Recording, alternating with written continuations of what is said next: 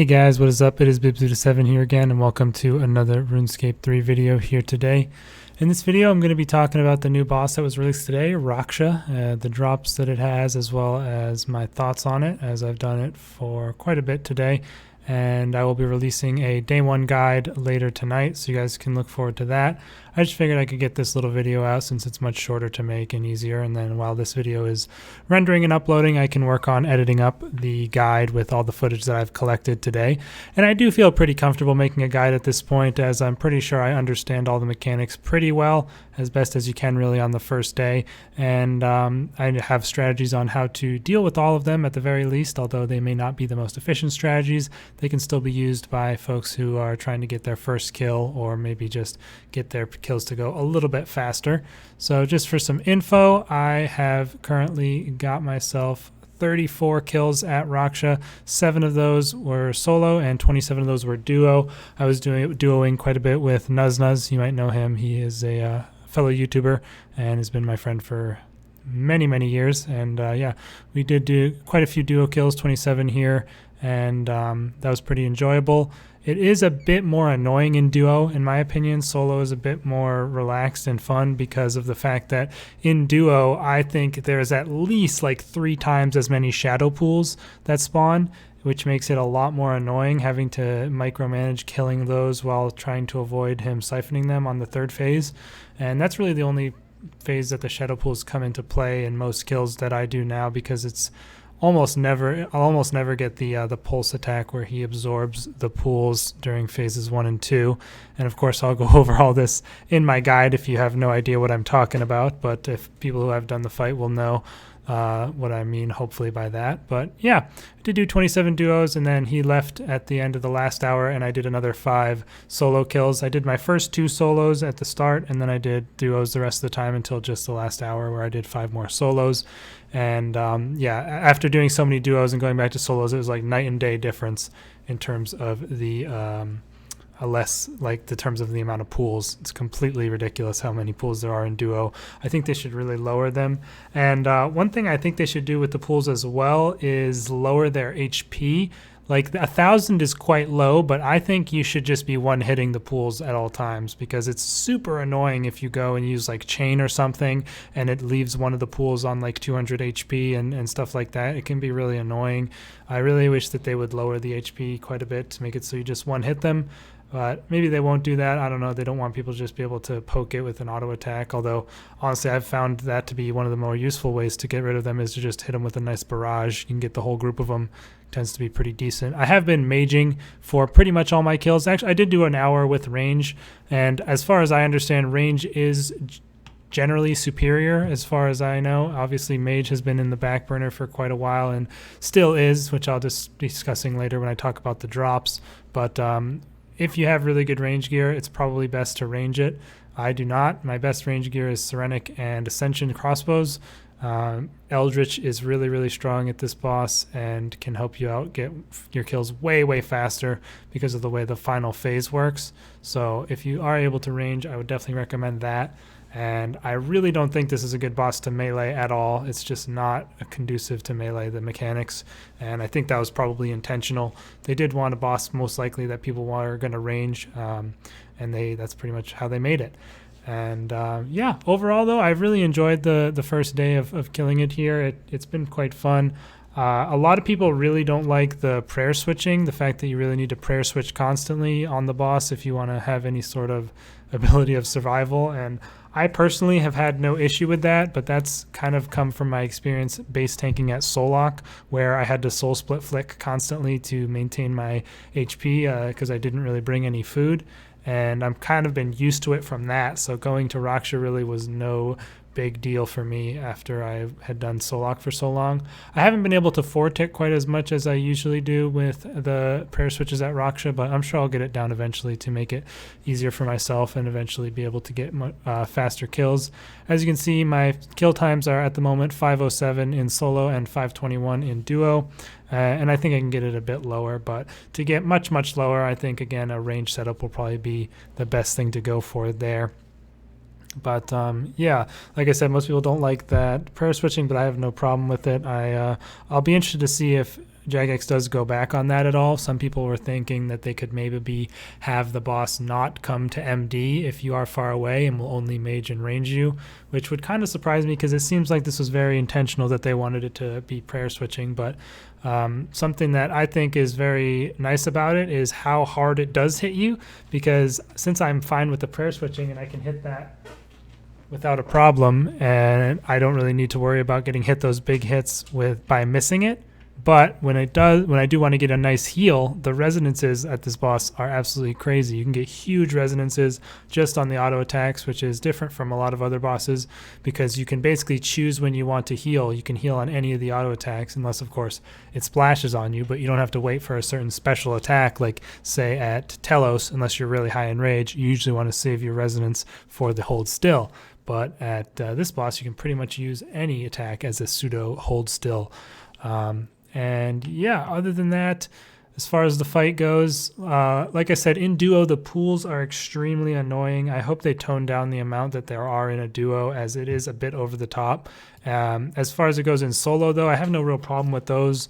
The minion is really not that big of a deal. It's kind of almost an irrelevant little thing that's in there. You can usually kill it off in an ability or two, the little minion lizard that spawns.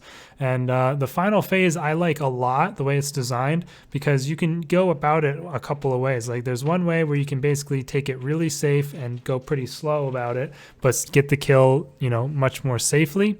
And then there's another way you can go about it, which is a bit more risky, not too much if you know what you're doing, but then you get the kill much, much faster that way. So I like the way that there's sort of a balance between the two, and you can choose which route you want to go with it.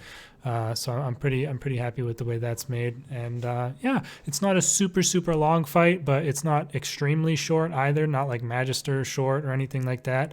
5 minutes is not that fast of a time, like in terms of this boss itself. Like I'm sure people will be getting under 4 minutes pretty consistently, I would assume, with a good range setup. But 5 minutes is a pretty decent time for the first day, I would think, with Mage, and it is, a decent length of a boss. I'm pretty happy with that length. I wasn't really looking for another epic slog like Day 1 of Solok was. If any of you guys played on Day 1 of Solok, that was like a 20-minute kill if you were able to even get that far, which was quite a struggle.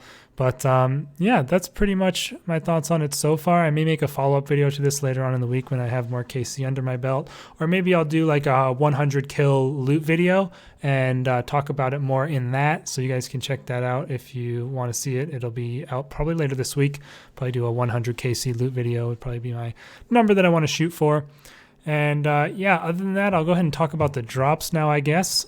This boss does, oh yeah, I forgot to mention in that whole monologue, we actually did manage to get a drop in my duo with Nuznuz. We got a pair of the Fleeting Boots, which are the new range boots that are kind of in line with the other two boots, the Blast Diffusion and Laceration for Mage and Melee. And these things are pretty crazy. They basically are similar to the Nightmare Gauntlets, but they work for rapid fire. So you can walk around while using rapid fire when you have these babies equipped, and that is pretty freaking awesome. I definitely will want to be picking up a pair of these if I ever go for a big range setup. But we did, of course, sell those off, and they sold for 480 mil. I think that was 7 kill count or so when I got that drop. Pretty crazy. Got that pretty early on in the day. And yeah, they did sell for 480 mil. Went ahead and just insta-sold it because it's not like they're going to be going up after the initial hype of people buying them for ridiculous prices dies down. So figured it was the best route to go. And yeah, we were pretty happy with that amount. And I'm interested to see where they end up settling at. But 480 mil was a nice little split for us. But those boots are pretty crazy. I'm definitely looking forward to trying those out at some point. It also drops this Shadow Spike, and what this can do, it basically can be used on any of these 3 pairs of boots from Anachronia, and it will upgrade them from tier 80 to tier 90. So that'll pretty much make them 100% best in slot, no debate on using them or using something else. You'll always want to be using these boots when you get this upgrade on them. That's the only thing it changes. It does not make any additional effects happen or anything like that. It just makes them tier 90 stats, which pretty cool. Nice little addition there. And yeah, I'm happy to see that. And then we have the ability codexes, and I personally was a little bit disappointed with the choice of going for the chain and ricochet. I was really expecting greater concentrated blast, as I'm sure a lot of people were. I saw a lot of speculation about that in the in the forums and on Reddit and stuff. I definitely think that they should have gone for that personally, and they could have had greater ricochet as well. There was no real need for them to have both. But on top of that, because they don't even actually do the same thing, the greater chain and the greater ricochet are different types of upgrades for the two abilities. And spoiler alert, greater chain is far inferior to the ricochet version. However, they've also added a new ability, Divert, and this one sounds really interesting. It's basically like Resonance, except instead of giving you health, it gives you adrenaline.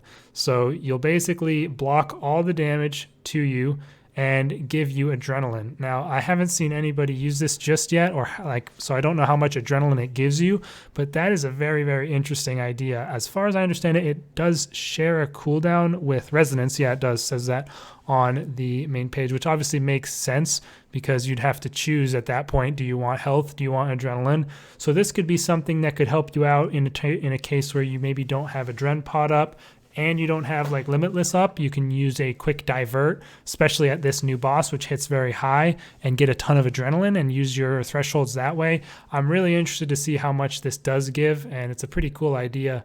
Like the name of it as well, Divert, pretty cool name, divert the damage into adrenaline, and yeah, that's a cool one. And then as far as the two chaining abilities go, I'll just go over what they do, like what change happens when you do upgrade those. The greater chain will basically deal the same amount of damage, I think, as it does currently. Let me double check what chain says. Yeah, so it still does 20 to 100% ability damage and damages up to 2 additional targets. The change when you do greater chain is the next attack you deal on that primary target, will also have 50% of that damage go chaining off to those other 2 targets. So honestly, really not that great. It's mainly only going to be useful in some Slayer situations, and even then, it's not that great, to be honest with you. I would expect it maybe to be buffed for single target because it actually doesn't change it at all in a single target situation. So it is really not that great at all as far as I can understand it. It doesn't make the ability any better if you are in a 1v1 fight against one boss. So definitely pretty disappointing, and it's even more disappointing because you see how strong the Ricochet upgrade is. Now, what the Ricochet upgrade does is it's the same thing. It doesn't actually change the base stats of the ability. It's still 20 to 100% and damages up to 2 additional targets, but it basically gets buffed for single target. So if you are not if the ability isn't able to find any additional targets, so you can see it says right now damages up to 2 additional targets. So say you're only using it on one target and that's the only thing that it hits, it will add on an additional 10 to 50% ability damage for each target it can't find. So right here, it would just double the damage of the ability right there. It would be 20 to 100% ability damage for the base, and then since it's only on one target, it can't find those 2 additional targets, it'll be another 20 to 100% ability damage, and that puts it up to a 200% maximum ability damage ability. And you can compare that to something like Dragon Breath. That's even better than Dragon Breath without the Dragon Rider Amulet. So that is absolutely ridiculous as it is. However, that also stacks with the Corroming perk. If I understand correctly, it says here that it does stack with the Corroming perk. So I do want to quickly check really quick here. How many targets can you get from Corroming? Let's see. So you can get 4 additional targets up to a total of 7. 7 targets. Is that real? I can't understand. I don't understand this chart exactly. Rank 0, targets 3. Yeah. Okay, so not 7 additional targets, 7 total targets, which means 6 additional targets. With Corroming 4, you would have 6 additional targets on top of the regular ability, meaning that you would do 20 to 100%, and then for those 6 additional, you would do another 10 to 50%. So that puts you all the way up to a maximum damage of 400% ability damage.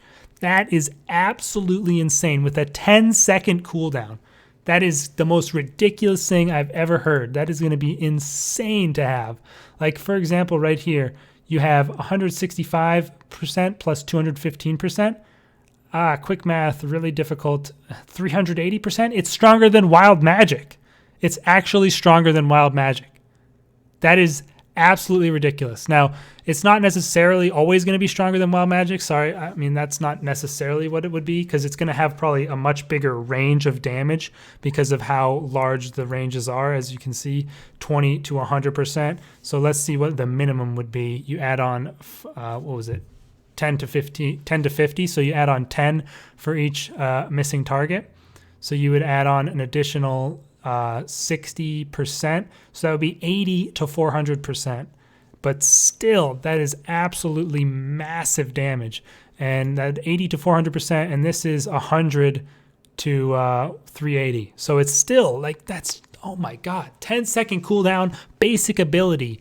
Like, that is so strong. Now, of course, you would need to have a Karoming 4 switch to actually get that maximum damage. But, I mean, people already have switches for flanking and for other things like that. And this is even stronger than that is. So this is an absolutely ridiculously strong ability for range. And I expect the Greater Ricochet Codex to be the most expensive drop from Raksha once the prices settle down, because that is absolutely crazily strong.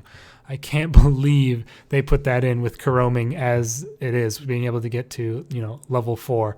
And I'm pretty sure Shadow Glaives are absolutely skyrocketing in price as a result of this, because of people wanting to get that Karoming to use this new ability.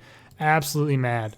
So yeah, those are all the drops. Overall, I'm pretty happy with the boss. The drops, like I said, a bit underwhelming for Mage. I really think Mage could have used a bit more of a lift, and now it's actually even further down on the pile because Range got 2 massive ups on this update with these boots and the Codex.